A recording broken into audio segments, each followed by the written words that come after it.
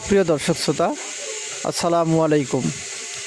দেশ এবং দেশের বাইরে থেকে যে যেখান থেকে দেখছেন সবাইকে পবিত্র মাহে রমজানের শুভেচ্ছা জানিয়ে শুরু করছি। সুপ্রিয় দর্শক শ্রোতা, আজকে যে বিষয়টি আপনাদের সঙ্গে শেয়ার করার জন্য মূলত এই ভিডিওটি করা, সেটি হচ্ছে যে আপনারা জানেন যে ষাঁড় যে বাচ্চা দুটি আমার ছিল, অর্থাৎ আগের একটি ষাঁড় বাচ্চা এবং পরবর্তীতে যেটি আমি ক্রয় করি সেই ষাঁড় বাচ্চাটি, অর্থাৎ এই দুইটি বাচ্চাকে আমি গত শুক্রবার আমবাড়ির হাটে তুলি। তো হাটে নেওয়ার পরে কেমন দামে বিক্রি করলাম সে সম্পর্কে আপনাদের জানানোর চেষ্টা করছি।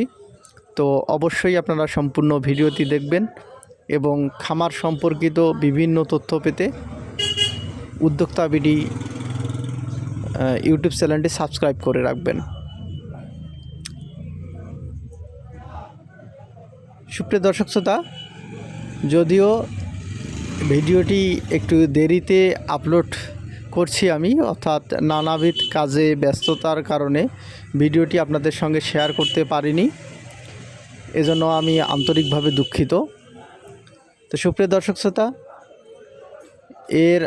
অর্থাৎ যে বড় যে ষাঁড় বাচ্চাটি আমার ছিল, যে ষাঁড় বাচ্চাটি অর্থাৎ গাভী সহ ক্রয় করা, সেটি আপনারা জানেন।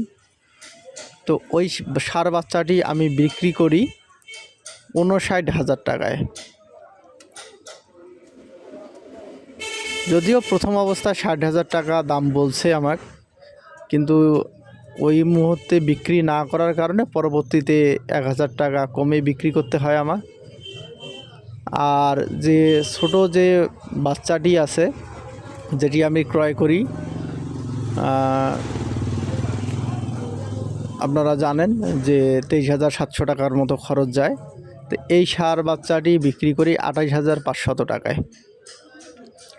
কারণ হচ্ছে যে এই বাজারে রমজান মাসের কারণে, অর্থাৎ রমজান মাসে বাইরে থেকে অনেক খামারি আসে না, সেক্ষেত্রে বাজারটি তুলনামূলক কমে গেছে, এজন্য কম দামে বিক্রি করতে হয়।